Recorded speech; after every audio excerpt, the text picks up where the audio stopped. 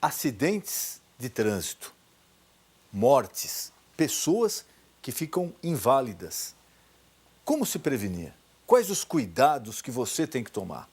A bebida, o álcool, a velocidade? Como você pode prevenir? O nosso convidado de hoje é o médico Dirceu Rodrigues Alves Júnior. Ele é diretor da Abramet. Daqui a pouquinho, no Ponto de Equilíbrio.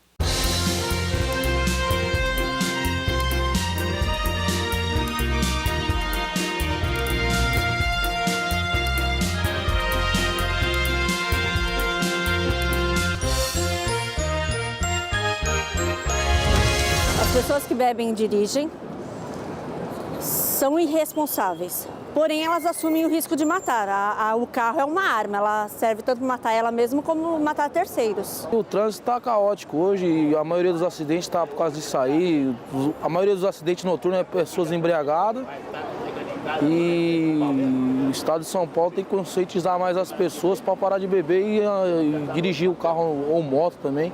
A pessoa que bebe, que ela sabe que tem carro, né? Ou ela tem que levar alguém que não beba junto com ela, ou ir de táxi, alguma coisa, uma alternativa da qual ela não tenha que dirigir. É totalmente irresponsável, deveria ir presa, no mínimo, se causasse algum acidente. A pessoa que bebe e pega um veículo para dirigir está sendo irresponsável e assumindo o risco de cometer um crime, pode-se dizer. Dirceu Rodrigues Alves Júnior é médico clínico formado pela Escola de Medicina e Cirurgia do Rio de Janeiro, a Unirio. É pós-graduado em Medicina Aeroespacial, do Trabalho e de Tráfego. Foi diretor do Centro de Inspeções de Saúde para Aeronavegantes do Ministério da Aeronáutica e consultor na área de Medicina do Trabalho e de Tráfego. É conferencista em congressos nacionais e internacionais. É diretor do Departamento de Medicina Ocupacional da Associação Brasileira de Medicina de Tráfego. Dirceu Rodrigues Alves Júnior é professor convidado do Instituto Oscar Freire, da USP. Muito boa noite, meu amigo, minha amiga. O nosso encontro de final de noite, programa Ponto de Equilíbrio. Você pode mandar agora a sua pergunta, a sua sugestão, a sua crítica, através desse número do WhatsApp que você está vendo agora. E se você, de repente, perdeu algum programa, gostaria de assistir novamente, basta você acessar esse canal no YouTube. Lá você encontra todos os programas já veiculados e ele é atualizado semanalmente. O programa é sempre feito pensando em você. E nessa noite é com imenso prazer que recebemos o Dr. Dirceu Rodrigues Alves Júnior. Ele é diretor da Abramet. Doutor, muito obrigado por ter aceito o convite. É um prazer receber o senhor aqui. Prazer é nosso. Primeiro, muita satisfação. Obrigado, doutor. O que vem a ser Abramet? A Abramet é a Associação Brasileira de Medicina de Tráfego. É uma entidade que está voltada para preservar vidas, combater essas mortes, esses absurdos que estão acontecendo no trânsito, evitar os sequelados que estão acontecendo. Hoje nós estamos aí com 54 mil óbitos ano e com 360 mil sequelados, quer dizer, incapacitados definitivamente para o trabalho. É mais que uma guerra, né, doutor? É mais que uma guerra, muito mais, por ano. Isso leva a um prejuízo para o Estado e o pior é que essa epidemia não está sendo vista pelo Estado. É uma epidemia negligenciada pelo governo. Quer dizer, se tem impostos para se aplicar para prevenção e, no entanto, não vemos esses impostos serem aplicados. Em consequência, os números estão aumentando, não obedecendo aquilo que a Organização das Nações Unidas, a ONU, preconizou para essa década, de 2011 a 2020, que era de redução em 50% das mortes no nosso trânsito. No entanto, isso não está acontecendo. Qual a maior causa de morte no trânsito aqui no Brasil? A principal é a velocidade. Em segundo lugar, vem a fadiga, o sono, álcool e drogas em terceiro lugar e, em último lugar, vem as desatenções, que é aquilo que é introduzido dentro do veículo, né? A tecnologia introduzida. Exato. E hoje parece que cada vez aumenta mais. Exatamente. Nós vemos aí o celular, o pessoal digitando, falando no celular, criando situações de alto risco para o acidente, para a morte e para sequelados. Principalmente na parte que a pessoa digita um texto, que, lógico, ninguém é super-homem. Se você está dirigindo, você vai digitar um texto, você vai tirar a atenção, né, do volante, tirar a atenção Claro. do para-brisa e vai olhar mais para baixo, para onde você está digitando. Alguns projetos, eu escutei algumas teses que agora nos carros novos, nos Estados Unidos e na Europa, ia sair um tipo de um bloqueio de não funcionar a mensagem de texto, ou de não funcionar o celular no carro. O senhor acha isso válido ou tem alguma outra medida paliativa? Eu acho super válido. É importante que hajam leis que proíbam isso. É absurdo você colocar uma TV dentro do carro, o sujeito dirigir vendo o repórter ou a Exato. novela. É uma coisa, o fim da picada. Não podemos conceber isso. Então, é necessário que leis sejam criadas e que as montadoras retirem toda essa tecnologia. O veículo é para mobilidade humana, pura e simplesmente. Aquilo não é um brinquedo. E nós carregamos isso da infância. Quando meninos, como meninas também, nós tínhamos o brinquedinho, o carrinho de puxar, queríamos disputar, correr mais que o outro, chegar na frente. E, no entanto, carregamos isso até a vida adulta e hoje o brinquedo maior do homem é o carro. O senhor falava que o maior problema ainda é a velocidade, o excesso de velocidade.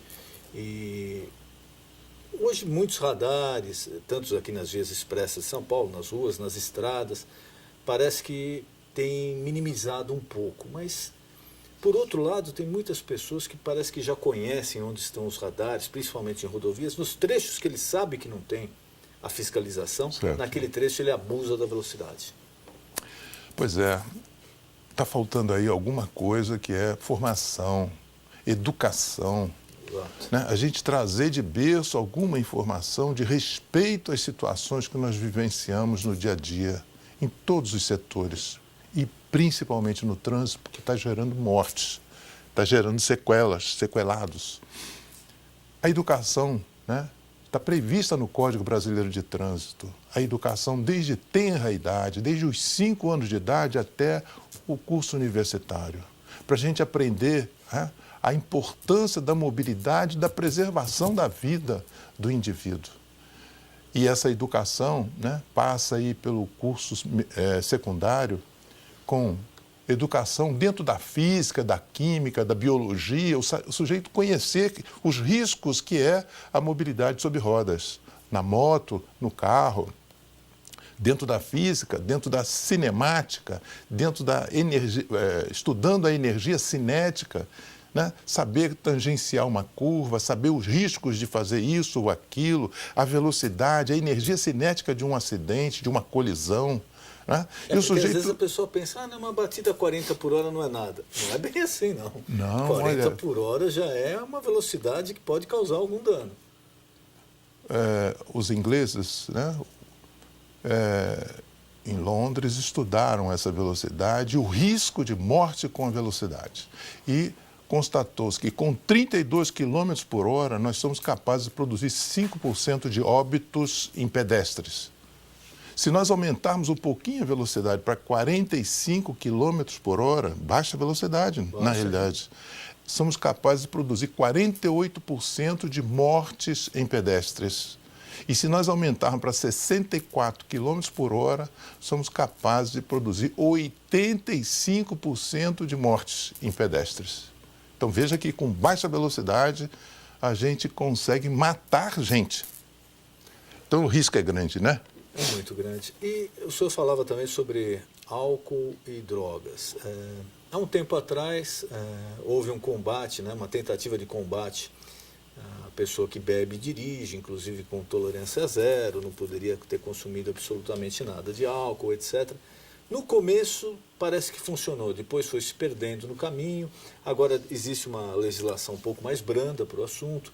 Mas o senhor, como técnico, como especialista, qual, além, lógico, da educação, da prevenção, mas qual do aspecto punitivo seria mais efetivo para se combater a pessoa que bebe e sai dirigindo?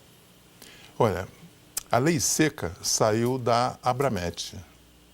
Nós fizemos uma diretriz falando do álcool, das drogas na direção veicular.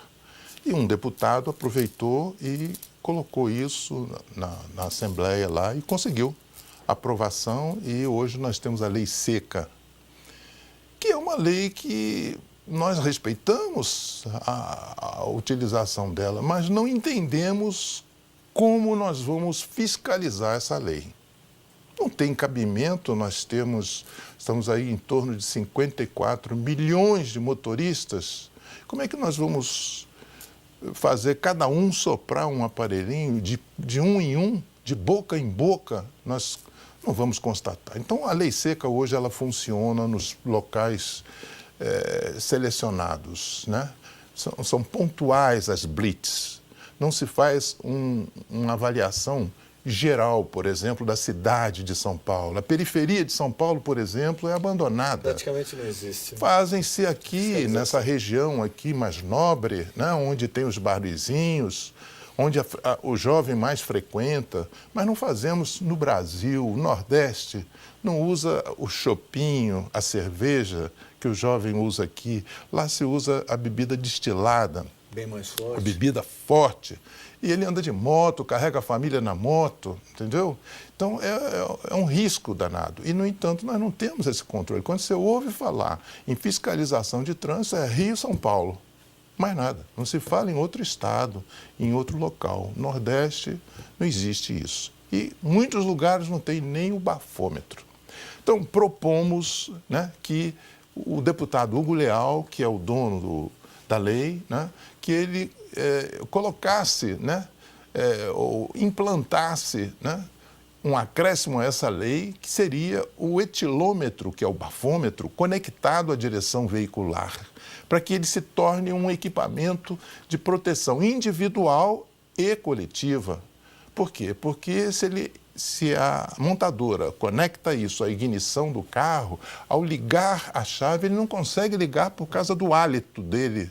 No Japão parece que já existem alguns testes. Já existe. Alguns locais já estão usando esse sistema. Quer dizer, o motorista entra, para ele poder acionar o motor, ele teria que colocar... Não. Ele tem o hálito dele, né, a proximidade dele com o volante e a ignição, o hálito dele vai fazer com que ele não consiga virar a chave do carro. Não aciona nem o motor. Aí o deputado vira para mim e diz assim, não, mas isso aí alguém liga para ele vai embora. Não, mas no caminho ele vai estar na direção veicular e o hálito vai estar presente e a ignição, o carro vai morrer. Então ele não vai conseguir dirigir. Amigo ligar que ele vai andar um pouquinho e o carro vai parar novamente. Eu acho que essa seria a maneira de nós termos o controle da lei seca. A única maneira que poderia atingir todo o país. A montadora produz o veículo e instala esse etilômetro conectado à ignição. Eu acho que seria a solução do problema. Tem a conscientização, lógico, é muito importante também. Inclusive, a produção parece que tem um vídeo que eu achei interessante quando comentaram comigo. Se estiver no ponto, por favor, pode rodar. Eu queria que o senhor comentasse depois desse vídeo. Pode rodar, por favor. O Brasil está entre os países com o maior número de mortes no trânsito. Somente no ano passado, foram cerca de 48 mil óbitos.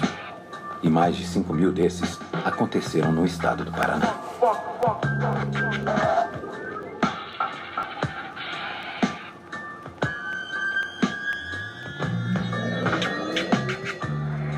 Sabendo que as bebidas alcoólicas são as responsáveis por mais da metade dessas tragédias, o Departamento de Trânsito do Paraná criou um jeito diferente de impactar os motoristas que insistem em dirigir alcoolizados. Detran Paraná apresenta The Crash Bucket. Baldes de cerveja inteiramente produzidos com partes de carros que sofreram perda total e que foram utilizados para servir a bebida nos mais tradicionais bares da capital, Curitiba. Transformamos os veículos acidentados em uma nova mídia e alertamos as pessoas no momento mais propício, enquanto todos bebem, mas antes que qualquer um chegasse ao volante. Foi o que saltou pra gente decidir que uma das pessoas na mesa ia ser o motorista. Eles me escolheram. Pensamos, vamos ligar pro amigo, né? Vina, venha nos buscar. Il fait pas boire quand vous conduisez. Et ce soir, quand j'ai terminé ici, je prends un taxi. E aí eu vim resgatar e me divertir um pouco, dar risada com elas aqui. Já não precisa fazer muita coisa, porque elas já estão dando risada comigo. Mas o legal foi que pelo menos eu ganhei uma carne de onça ali pra compensar e agora eu vou dirigindo pra casa.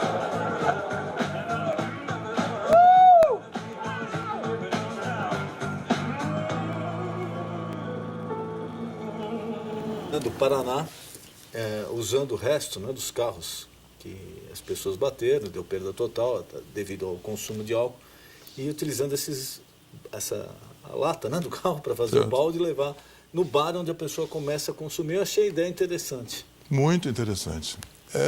São campanhas que são necessárias com educação e campanhas com o intuito de fazer entender, né, o jovem, o indivíduo motorista, que o risco é muito grande. A possibilidade do acidente após essa bebida alcoólica é muito grande. Por quê? Porque o álcool, ele é ingerido e bateu no estômago, a absorção é imediata.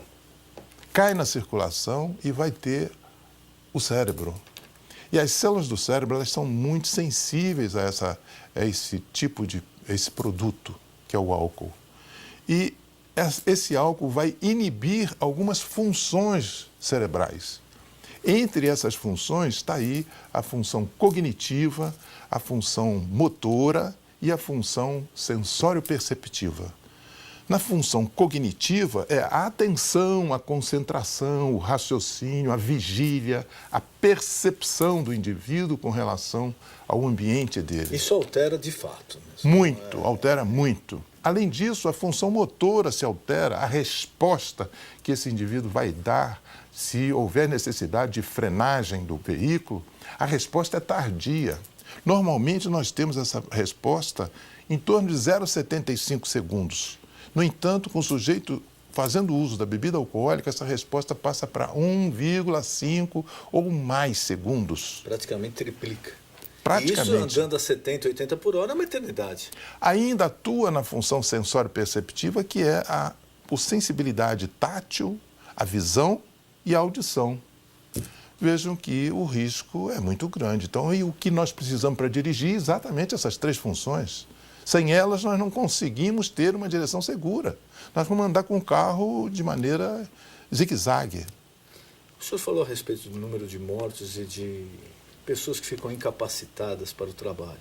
Isso é lógico, além da vida humana não tem preço, mas também gera-se um prejuízo enorme para o país, porque são quantas mil pessoas o senhor falou? 54 mil óbitos e 360 mil sequelados. Quer dizer, ano. Nós estamos falando em termos de 3 anos, nós temos, tirando o número de mortes, 3 anos nós temos quase 1 milhão de brasileiros sequelados, inabilitados para o trabalho, que vão passar a depender do Estado, etc., ou de algum tipo de tratamento para depender do nosso imposto. Exatamente. Nós vamos pagar. E não estamos fazendo nada, não estamos contribuindo com nada para resolver o problema. Que seria muito melhor se investir um montante desse em prevenções, em segurança, em estudos de como se evitar, porque isso vai continuar. Se essa pessoa durar 1, 2, 3, 10, 20, 30 anos, ele vai continuar nessa situação. Exatamente. E não vai ter como se recuperar 100%. E o Estado não atua nas coisas principais. Por exemplo, nós falamos da educação, né?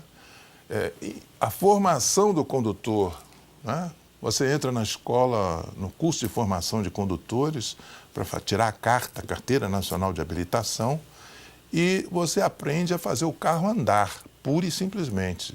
Você não conhece dirigir de noite, não conhece dirigir na estrada, não conhece na neblina, não conhece em 80 km por hora e ter que fazer uma frenagem, desviar de um obstáculo.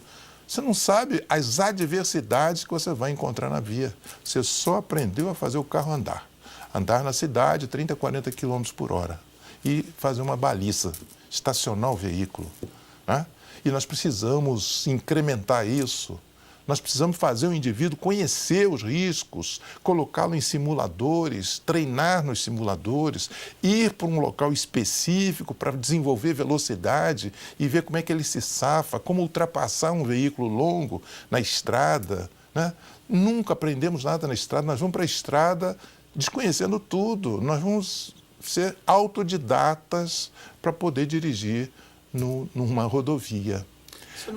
Desculpe, por favor, pode concluir. Então, além disso, né, a gente conscientizar esse homem eternamente. Exemplo, você vai a uma loja de automóveis e quer trocar seu Fusca por um veículo moderno, um veículo automático, um veículo sofisticado. Você vai na loja, escolhe o carro e vai sair com o carro, desconhecendo como funciona aquilo. Até o tamanho, as dimensões do veículo, você vai sair com cuidado, ignorando tudo. E a empresa que produziu o carro, né, ela imagina que você vai ler aquele manual. E quem é que lê o manual? Vai ler só para ver a pressão do pneu. Então, precisa calibrar. Exatamente. E como isso, né, não precisa, como isso é importante ele conhecer esse veículo, ele ter treinamento na concessionária onde ele vai comprar esse veículo, conhecer através de simuladores. Não é aquele driving, né, test driving, aquilo ali é bobagem. Né? Ele precisa de treinar num simulador, aprender realmente conduzir aquele veículo e sair dali seguro e não da maneira que sai. É outro risco, né, que nós colocamos no trânsito. Se eu não me engano, na Inglaterra, os juízes têm aplicado uma pena à pessoa que provoca um acidente de trânsito ou é pego dirigindo alcoolizado, deles prestarem um serviço comunitário em hospitais dirigidos, direcionados à recuperação de pessoas que perderam braço, perna no trânsito. Eu achei a ideia muito importante, porque ali realmente a pessoa vê o risco que ela correu, não só para ela, mas como para um terceiro que não tem nada a ver com a história. Uhum. É certo, correto. Hoje nós temos aí algumas decisões judiciais que obrigam o sujeito a fazer trabalho em PS, pronto-socorro, e acompanhar a ambulância que vai fazer o socorro no trânsito, vivenciar aquilo, né, sofrer, né, aquilo que ele poderia ser o agente, né, ele ser a vítima. Isso é essencial, é importante que o sujeito sinta isso. É uma campanha, um tipo de campanha que possa ser implantada e fazer o indivíduo se corrigir, né? Ter conhecimento do risco, do perigo e das lesões que ele pode ter e a recuperação dele, como ele vai viver após ter o traumatismo crânioencefálico e viver na cama, dependendo de todos, da higiene corporal, da alimentação, da medicação, está inerte no leito. É uma vivência que assusta o indivíduo. Eu acho que é uma maneira também de se educar. O senhor falava a respeito dos problemas do trânsito nas grandes cidades, principalmente, se perder horas no transporte, de qualidade de vida, de estresse. Algumas campanhas têm sido feitas para a pessoa deixar o carro em casa, usar o transporte coletivo, etc. Mas por onde o senhor acha que efetivamente vai melhorar o trânsito nas grandes cidades? Olha, nós não vemos ações do governo, né? O sujeito faz o rodízio de automóveis na cidade, o sujeito deixa o carro em casa, compra outro, compra uma moto e vai para a rua, né? O governo precisa de atuar de maneira a fazer com que o transporte público seja condizente com as necessidades da população. Não podemos entender que não tenhamos veículos capazes de absorver essa população, né? Se não temos condições disso, talvez a gente mudar horários de saída, né, dos indivíduos. Todos não podem sair às 7 horas da manhã para o mesmo local. Vai dar confusão, vai ser difícil uma solução para isso. É necessário que, então, a gente crie horários diferentes, que sugiram que o Estado sugira às instituições, às empresas, né, que distribuírem esses horários de tal maneira que nem todos precisem ir ao mesmo tempo naquele local. Né? Mesmo com o transporte coletivo, de repente a gente não pode ter ilusão, olha, daqui 10 anos São Paulo vai ter um transporte coletivo que se todo mundo for usar no horário de pico não vai ter problema. Não existe isso. Não existe. É pelo tamanho da cidade, claro, das grandes cidades do mundo. Não existe. Se nós tivéssemos veículos com melhor qualidade e em quantidade também suficiente, eu acredito que a gente poderia tirar a metade dos veículos que circulam na cidade de São Paulo. Eu acho que nós traríamos um bem muito grande. E o bem não é só pela dificuldade de ir e vir, mas é também pelo problema químico que é produzido, o risco químico que esses veículos produzem. Eu costumo dizer que a gente não morre só no acidente do trânsito, a gente morre também pelo ar respirado, pela liberação dos gases, vapores, poeiras, fuligens que esses veículos colocam na atmosfera. E que, além de produzir doenças respiratórias em crianças, gestantes, idosos, são capazes de produzir doenças degenerativas graves, que nós estamos ocultando. Nós estamos aí temos aí em torno de 20 mil mortos por ano por doenças respiratórias causadas pela inalação desses gases, vapores, poeiras. A fuligem, que é o produto da queima desse óleo diesel dos veículos pesados, isso é capaz de produzir câncer na gente. A gente inala, cai na circulação e se distribui pelo organismo, podendo causar lesões em múltiplos órgãos. Então, nós não estamos enxergando isso.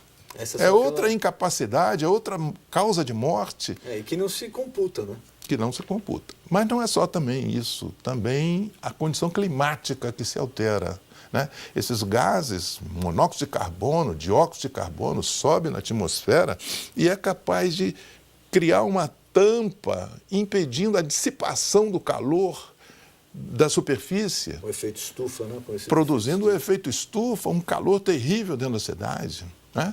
Além disso, o dióxido de nitrogênio, o dióxido de enxofre, que sobe em contato com a umidade do ar ou com a chuva, cai sobre a forma de chuva ácida, que vai produzir lesões, danos ao terreno, às plantas, aos metais, os nossos carros que enferrujam.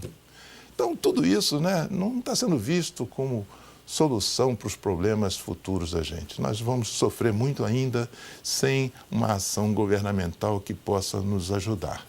Doutor, queria mais uma vez agradecer a presença do senhor aqui, nosso tempo está acabando, e colocar à disposição algum recado que o senhor queira passar ao telespectador, alguma coisa que eu não perguntei, por favor, fique à vontade. Bom, eu agradeço o convite de estar participando desse papo, que é assustador para a gente, assustador para a Abramet. Nós continuamos brigando, criando diretrizes, sugerindo aos DETRANs, né, ao Ministério do Transporte, ao Ministério das Cidades, brigando em reuniões lá na Câmara dos Deputados, no Senado, né, colocando em audiência pública coisas importantíssimas em termos de proteção ao homem, em proteção à cidade, à condição climática. A gente não destruiu o nosso planeta em função de liberação de gases, vapores, aquecimentos geral, aquecimento global. Então, é necessário que a gente continue nessa meta, nesse objetivo de conduzir isso. E, logicamente, que as pessoas, né, as entidades que tenham a participação, não é só os ministérios, o governo que vai resolver. Nós, motoristas, sabemos que comprometemos o trânsito, que criamos condições insalubres na cidade, que geramos doença. Tudo isso é necessário que todos conheçam com o intuito de reduzirmos as mortes, os sequelados do nosso trânsito.